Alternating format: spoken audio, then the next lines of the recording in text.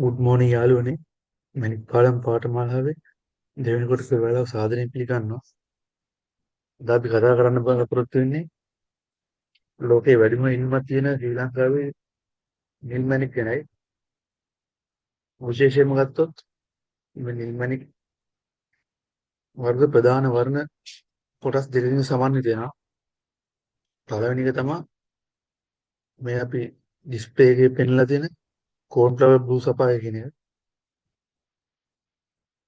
දෙවෙනි වර්ණය තමයි මේ දෙවෙනියට අපි සඳහන් කරලා තියෙන රොයල් බ්ලූ සෆායර් කියන එක. මෙන්න මේ වර්ණ දෙක තමයි ප්‍රධාන තැනක් ගන්න බ්ලූ සෆායර් පිළිබඳව කතා කිරීමේදී.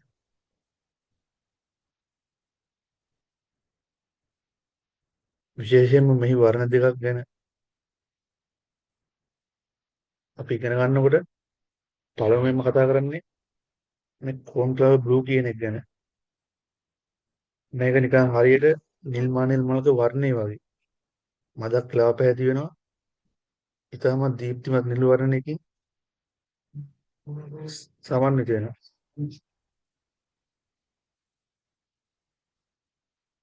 ඒතකොට දෙවෙනි වර්ණය ගත්තොත් රොයල් බ්ලූ සෆායර්.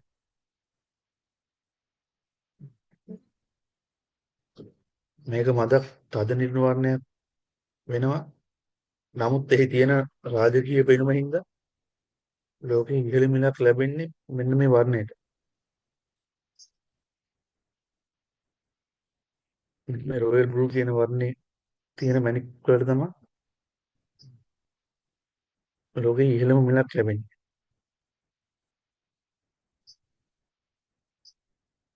අද අපි මේ වර්ණ හඳුනා ගන්න ආකාරය හා ඒවායේ වටිනාකම ගැන සවිස්තරාත්මකව ඊළඟ ස්ලයිඩ් එකේදී ඉගෙන ගනිමු.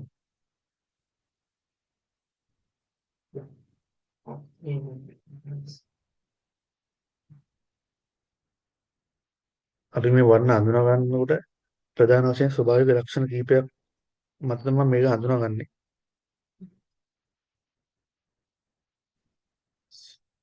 ස්වභාවික නිර්මණික ගල හඳුනා ගන්න පුළුවන් ප්‍රධාන හා වැදගත්ම ලක්ෂණයක් තමයි ඒක ඇතුලේ තියෙන රේණු හේවත් සිල්ක් කියන මෙන්න මේ ගතිය. මෙන්න මේ සිල්ක් එක පරීක්ෂා කරන්න ඕන හොඳට. මේවා ඇත්තටම ඉතාමත්ම සිහින් ඉදිකටු වෙන රුටයිල් ස්පටිකකින් සමන්විත වෙනවා මේක. ස්වභාවිකව පොළොව යටදී මැණික් ගල් නිර්මාණය වෙද්දී මේවා පිහිටන දී අනුව තමයි අපි ගලක ස්වභාවික බව තහවුරු කරන්න ඕනේ.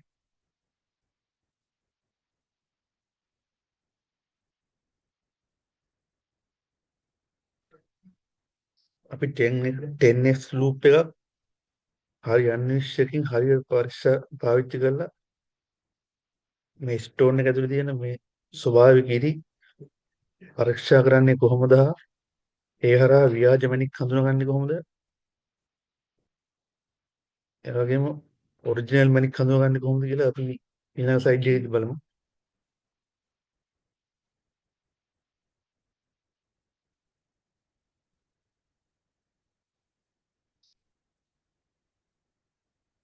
ඊළඟ අපේ මාතෘකාව තමයි රත් කළ හා රත් කරන්නේ නැති මැණික්. ඒ කියන්නේ heated හා unheated. මෙන්න මෙතනදී මේ heated විතර රත් කරලා තියෙන බ්ලූ සෆායර් එක මිල කොච්චර පොලිස් වුණත් 2500 යනවා heated කරලා තියෙනවා. මේ heated කරලා නැති unheated වර්ගයේ බ්ලූ සෆායර් තමයි මිල ඉහළ යන්නේ. දැන් heated එක ගත්තාම කොච්චර ලෝ ක්ලීන් වෙලා හොඳ ක්වොලිටි එකක තිබ්බත් මේක heated කළා නම් අනිවාර්යෙන් මිල පහළ යනවා. ඒකයි විශේෂ ලක්ෂණය. ඒතර unheated කියන රත් කළා නැත්තම් හොඳ ක්වොලිටි එකකට දෙනවා නම් සාධාරණ මිලකට ඉහළ යනවා.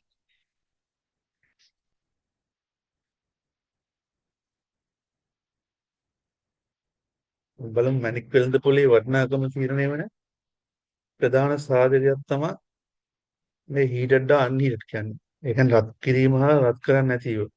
මෙන්න මේක තමයි ප්‍රධානම සාධකය වෙන්නේ. මෙතනදී අන්හිටඩ් එහෙම නැත්නම් රත් කළ නැති එකට නැති මැණික් කියලා හඳුන්වන්නේ පොළවෙන් මතු කරගත්ත වෙලාවේ ඉඳන් කිසිම කෘත්‍රිම රත් කිරීමකට ලක් කරලා නැති ස්වභාවික ලස්සන වර්ණයක් හා පැහැදිලි බවක් තියෙන ඊටාම රෙයාලිස්ට් ස්ටෝන් එකක්. ඒ කියන්නේ දුර්ලභ ගණයේ මැණික් වර්ග වලට තමයි කියන්නේ. මේවායේ වටිනාකම නිම කරන්න බෑ. වටිනාකම ඊටාම ඉහළ. ඒ වගේම තමයි මැණික් ගලක තියෙන මද වර්ණය හෝ අපැහැදිලි ගතිය නැති කරලා ඒක වඩා දීප්තිමත් කරගන්න විද්‍යාත්මක තාපය ලබා දීම තමයි හීටඩ් කියලා කියන්නේ. ඒ කියන්නේ මේවා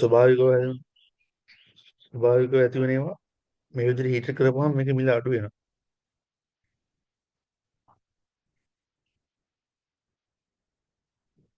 ව්‍යාපාරික විදිහට මේ දෙකේ වෙනස හා මේකේ වටිනාකම තීරණය වෙන විදිහ නිවැරදිව හඳුනා ගැනීමට මේක ඉතාම වැදගත් වෙනවා. මතක තියාගන්න ඕනේ මෙන්න මේ බ්ලූ සෆාරි ස්ටෝන් එකක් අපි රටට ගිහිල්ලා මිලදී ගද්දී අපි අනිවාර්යෙන් බලන්න ඕනේ මේක පළවෙනිම සාධකය මේක හීටඩ්ද අන්හීටඩ්ද කියලා. මේක වැල්ලවත් හීටඩ් එකක් වෙලා තිබ්බොත් ඒ කියන්නේ මේ કૃතිමව රත් කරපු එකක් වුණොත් එහෙම මේක මිල තියෙන ගන්නට වඩා ගොඩක් පහළ බහිනවා. මේක පිළිගන්නේ ගොඩක් වටිනාකම ඉහළ යන්නේ මේක අන්හීටඩ් වලට විතරයි. අන්හීටඩ්. ඒ කියන්නේ රත් කරලා නැත්තම් විතරයි.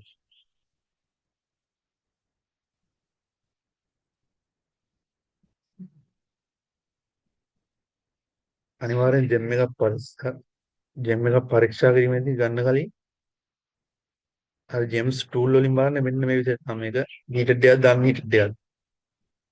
ප්‍රධාන වශයෙන් බලන්න ඒක. ඊට පස්සේ තමයි ඒක තියෙන පළුදු දෝෂ ඊළඟ ස්ටෙප් එකේදී තමයි මේ පළුදු දෝෂ බලන්නේ. පළවෙනියටම බලන්නේ මේක හීටඩ් කළාද අන්හීටඩ්ද කියලා.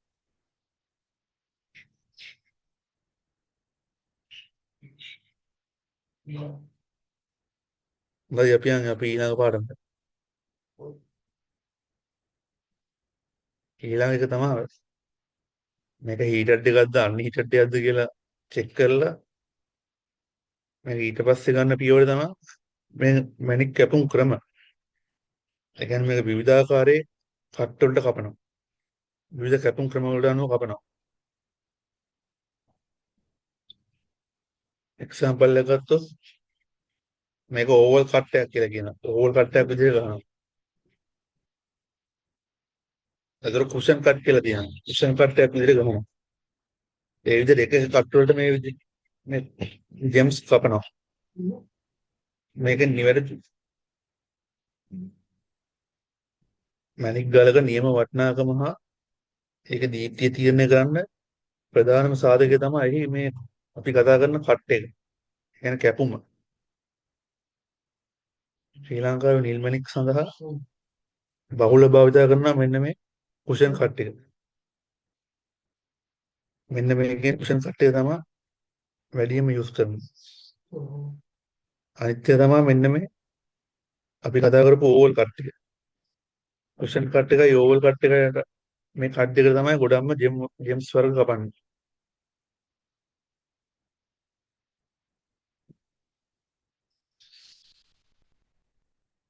මැණික් ප්‍රධාන වශයෙන් කැපුම් ක්‍රම දෙකකට කපනවා. මොකද්ද පළවෙනි එක? කුෂන් කට් එක, ඕවල් කට් එක. නිවැරදි කැපුමකින් වෙන්නේ ගල ඇතුළට එන ආලෝකය උපරිම ලෙස පරාවර්තනය කරලා ඒ ගලේ දීප්තිය වැඩි කරන එක තමයි කරන්නේ. නිවැරදි කැපුමකදී කොහොමද කරන්නේ? කොහොමද වෙන්නේ? ගල ඇතුළට එන ආලෝකය තියෙනවනේ. ගලට එන ආලෝකය. ඒක උපරිම ලෙස පරාවර්තනය වෙලා ගලේ දීප්තිය වැඩි කරනවා. ගල ඇතුළට ආලෝකය පරාවර්තනය වෙලා එතනින් ගලේ දීප්තිය ආපහු වැඩි කරනවා. ඒක තමයි මේ කට් එකේදී වෙන්නේ. කැපුම වැරදි වුණොත්, ඒ කියන්නේ ගලේ පතුලේ වැඩිපුරම ගැඹුරු වුණොත්, එහෙම නැත්නම් ගොඩක් නොගැඹුරු වුණොත් ගලේ මැද අඳුර වෙන්න පුළුවන්. එහෙම නැත්නම් ආලෝකයේ විනිවිද ගිහින් ගලේ වර්ණය අප්‍රාණික වෙන්න පුළුවන්. ඒ කියන්නේ ගල මැල්ල කියලා කියන්නේ. අන්න ඒ වගේ වුණා.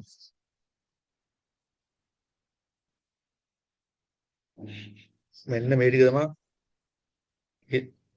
හීටර් එකක්ද අන්හීටර් එකක්ද කියලා චෙක් කරලා ඊට පස්සේ බලන්න මෙන්න මේ කැපුම් ක්‍රමය. මේ විදිහට නිවැරදිම කට් එකට කපලා තියනවාද? එතකොට මේකේ මේ ගල මැල්ලද කියලා බලන්නේ. මෙන්න මේ කට් එකේ තියෙන නිවැරදි කැපුම් ක්‍රමය මත.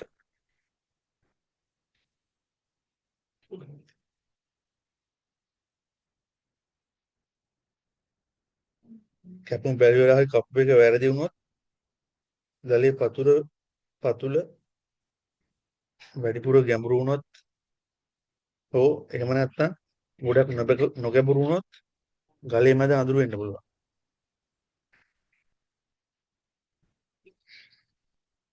ආලෝකයේ විනිවිද ගිහින් ගලේ වර්ණය අප්‍රාණික වෙන්න පුළුවන්. ඒ කියන්නේ ගල ඩැමේජ් වෙන්න. ඒ නිසා මැණික් ගලක නියම එළිය දකින්න නම් ඒක ප්‍රමිතියටම කපලා තියෙනවා. ඒක නිවැරදිම කට්ටේට කපලා තියෙනවා. මේක තමයි දෙවෙනි සාධකයේ ජිම් එක චෙක් කිරීමේදී පළවෙනි එක බලනවා මේක හීටර් එකක්ද අන්හීටර් එකක්ද කියලා. දෙවෙනියට බලනවා මේක මොන කට්ටයක්ද කපලා තියෙන්නේ. මේ කපලා තියෙන කුෂන් කට්, ටෝල් කට් වගේ ඔරිජිනල් කට්ද කපලා තියෙන කියලා බලනවා මේක.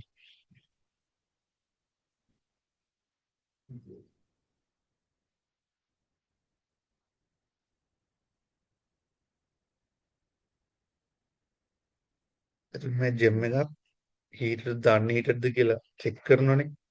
එතනදී හීටර් එකක් වුණත් අන්හීටර් එකක් වුණත් මේක කුෂන් කට් කැවුවත්, ටෝල් කට් කැවුවත් අනිවාර්යයෙන්ම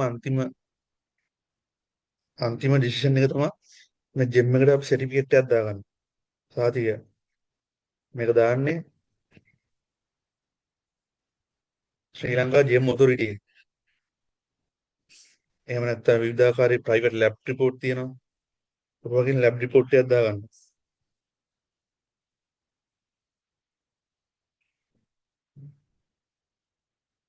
රජයේ තියෙන ප්‍රධානම එක තමයි මේ ශ්‍රී ලංකා මැණික් හා ස්වර්ණාභරණ අධිකාරිය. ශ්‍රී ලංකාව තුළ අපි මේක දානකොට ඉතාලම වැලියු එක තමයි පිළිගැනීමක් තියෙන්නේ. මෙන්න මේ මැණික් හා ස්වර්ණාභරණ අධිකාරිය. දාන සර්ටිෆිකේට් එක තමයි. එහෙම නැත්නම් ඊට අමතරව තියෙනවා ප්‍රයිවට් ලැබ් පිළිගත් ප්‍රයිවට් ලැබ් එකක් තියෙනවා. නැෂනල් ජෙම් ජුවලරි ඔතොරිටි කියලා එකක් තියෙනවා. NGJA. ඒතකොට GIC කියලා තව ඉන්ස්ටිටියුට් එකක් තියෙනවා. ඒ කියන්නේ ජෙම් ඉන්ස්ටිටියුට් සර්ටිෆිකේට්. ඊට පස්සේ EGL කියලා තව ප්‍රයිවට් ලැබ් එකක් තියෙනවා. මෙන්න මේ ලැබ් ටික තමයි අනිවාර්යෙන් ජෙම් එකක් චෙක් කරලා මේක අන්තිම රිසල්ට් එක මේක සර්ටිෆිකේට් එකක් දාගන්න.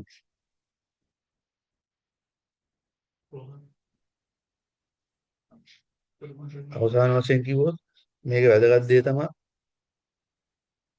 ඔයා මැණික් ගලක් මිලදී ගන්නවා නම් අනිවාර්යයෙන්ම පිළිගත් ආවේදනයකින් ලැබ් රිපෝට් එකක් දාගන්න ඕනේ. ඒක නැත්නම් සාධි පත්‍රය පරීක්ෂා කරන්න ඕනේ. මේ රිපෝට් එකකින් අපි මේ ස්ටෝන් එකේ weight එක, ඒ කියන්නේ මේ අපේ ගලේ බර, ඒ වගේම තමයි ඒක ස්වභාවික නැචරල් ස්ටෝන් එකක්ද, කියන්නේ ස්වභාවික මැණිකක්ද නැත්නම් සින්තටික් කියන්නේ කෘත්‍රිමව හදලා තියෙන්නේ. හොරගල් කියලා කියන්නේ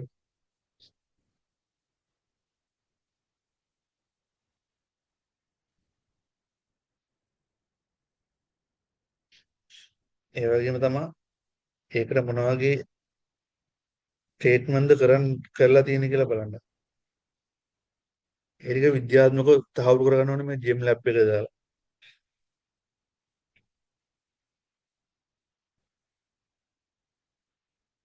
ශ්‍රී ලංකාවේ ගත්තාම NGJA කියන්නේ National Gem Jewelry Authority.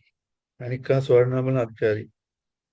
ඒ වගේම GIC EGL වැනි ඉන්ටර්නැෂනල් ලෙවල් එකේ තියෙන ලැබ් රිපෝට් තියෙනවානේ. ජාත්‍යන්තර මට්ටමේ ඒ ලැබ් රිපෝට් එකක් තියෙනවා නම් අපි මේ දාන්න ජෙම් බිස්නස් එක ඉතාමත්ම විශ්වාසදායකව ආරක්ෂිත වෙනවා. මොකද අනිවාර්යෙන් මේ ජෙම් ඩීල් එකට එන්නේ මෙන්න මේ සර්ටිෆිකේට් චෙක් කරලා මේක හොඳ ආයතනයකින් දාපු සර්ටිෆිකේට් එකක්ද ඒ ඔක්කොම චෙක් කරලා තමයි මේ ජෙම් බිස්නස් එකට එන්න වෙන්නේ. මෙන්න මේ වගේ තමයි සර්ටිෆිකේට් එක තියෙන්නේ. මෙතන සමරි නම්බර් කියලා තියෙනවා. ඒ කියන්නේ දෙන නම්බර එක. මෙතන දානවා මේක නැචරල් කොරන්ඩම් එකක්ද එහෙම නැත්නම් කොරන්ඩම් වර්ගයේ බ්ලූ සපා එකක්ද කියලා මෙතන වැටෙනවා. මේ ඊට පස්සේ වර්ගයේ තියෙන නැචරල් යෙලෝ සපා. මෙතන හතර වෙනියට තියෙන කට් එක. මොන කට්ටද? ඕල් කට් එකක්ද කුෂන් කට් එකක්ද කියලා මෙතන වැටෙනවා. මේ වේට් එක කියන්නේ මේ කැරට් කීයක් තියෙනවද? මේක බර කීයද?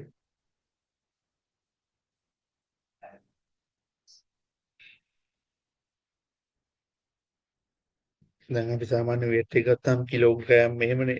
ඒ විදිහටම වයින් දැන් මේ ජෙම් වලදී මෙතන වේට් එක තියෙන්නේ දැන් 6යි නම් බර. එතන මෙතන වැටෙන්නේ කැරට් 6 කියලා. කැරට්. මේක මෙෂර්මන්ට් එක ගත්තාම මේක 7.86 එකේ ඉඳන් 10.6 10.65 වෙනකන් තියෙනවා. ඊට පස්සේ මෙතන තියෙනවා මේක ට්‍රාන්ස්පේරන්ස් ට්‍රාන්ස්ලූෂන්ද කියලා වැටෙනවා. ඒ කියන්නේ මේක දීප්තිය වැඩි එකක්ද ට්‍රාන්ස්ලූෂන් කියන්නේ දීප්තිය අඩු එකක්ද කියලා මෙතන වැටෙනවා. මෙතන වැටෙනවා මේක මේ රත් කරපේ ගන්න. ඒ කියන්නේ අපි දැන් කතා කරපු හීටඩ් කියන මේක රත් කරපේ ගන්න මෙතන හීටින් කියලා වැටෙනවා. ඉන්ඩිකේටර්ස් ඔෆ් හීටින් කියලා හරි එහෙම නැත්නම් හීටඩ් කියලා හරි වැටෙනවා මෙතන. මේක රත් කරලා නැත්නම් මෙතනින් අන්හීටඩ් කියලා වැටෙනවා.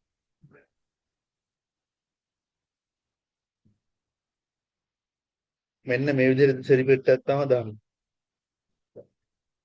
ඉන්ටර්නැෂනල් ජෙම් ස්ටෝන් ලැබ් එකෙන් දානවා නම් මෙන්න මේ වගේ සෙලිබ්‍රේට් එකක් තමයි දාන්නේ. නැෂනල් ජෙම් ජුවලරි ඔතොරිටි එකෙන් දානවා නම් මේක ඊට වඩා වෙනස්.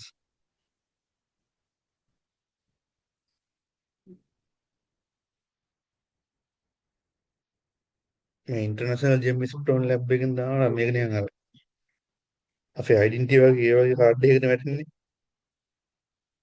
අපි ජෙම් ඇන්ඩ් ජුවලරි ඔතොරිටි එකෙන් දානවා නම් මේ සර්ටිෆිකේට් එකක තමයි වැටෙන්නේ මේක. ලොකු සාතික පත්‍රයක්.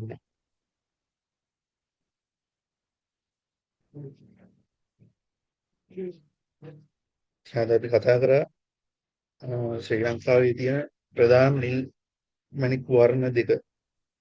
ඒ කියන්නේ නිල් මණිකක් හඳුනා ගන්නකොට තියෙන ප්‍රධාන වර්ණ දෙකක් තියෙනවා. කෝන්ෆ්ලවර් රොයල් බ්ලූ. අපි ඒක ගැන සාකච්ඡා කරා. අපි දෙවෙනි ලෙසන් එකේ ඒකේ තියෙන ස්වභාවික ඒක හඳුනා ගන්න ස්වභාවික ලක්ෂණ ගැන කතා කරා. අපි ඊළඟ ඒකදී කතා කරා මේක හීටඩ් එකක්ද අන්හීටඩ් එකක්ද කියලා හඳුනාගන්නේ කොහොමද කියලා. එහෙනම් රත් කරපු එකක්ද නැත්නම් රත් කරලා නැති ස්වභාවික එකක්ද කියලා අපි හඳුනගන්න විදිහ ගැන කතා කරා. ඊළඟ එකදී අපි ජෙම් එකක් කපන කට් එක පිළිබඳව කතා කරා. ඒ කියන්නේ මණික් කැපුම් ක්‍රම ගැන කතා කරා. මේ කුෂන් කට් එකක්ද ඕල් කට් එකක්ද කියලා හඳුනගන්නේ කොහොමද කියලා අපි ගැන කතා කරා. අපි ඊළඟට කතා කරා වැදගත්ම සාධකයේ මේ ඔක්කොම ටික සනාථ කරගෙන ඉන්නාට පස්සේ මේ ජෙම් එක චෙක් කරන්න දාලා මේක ඔරිජිනල් ජෙම් එකක්ද නැත්නම් හදපු එකක්ද කියලා චෙක් කරන්න දාන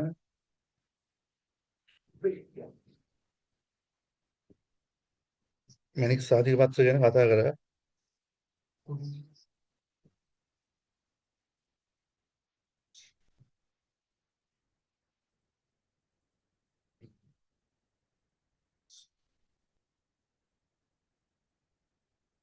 ඊළඟ ලෙසන්වලදී කතා කරනවා.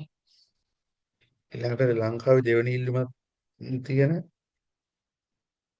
යෙලෝ සපාය කියන මේ මැණික් වර්ගයේ අඳුනගන්නේ කොහොමද කියලා. ඒ කියන්නේ මේවට කියන්නේ පුෂ්පරාග කියලා. එහෙනම් පුෂ්පරාග හඳුනගන්නේ කොහොමද කියලා අපි කතා කරනවා ඊළඟ වීඩියෝ එකේදී.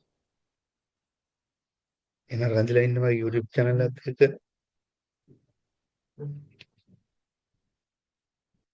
ඔය සියලු දෙනාටම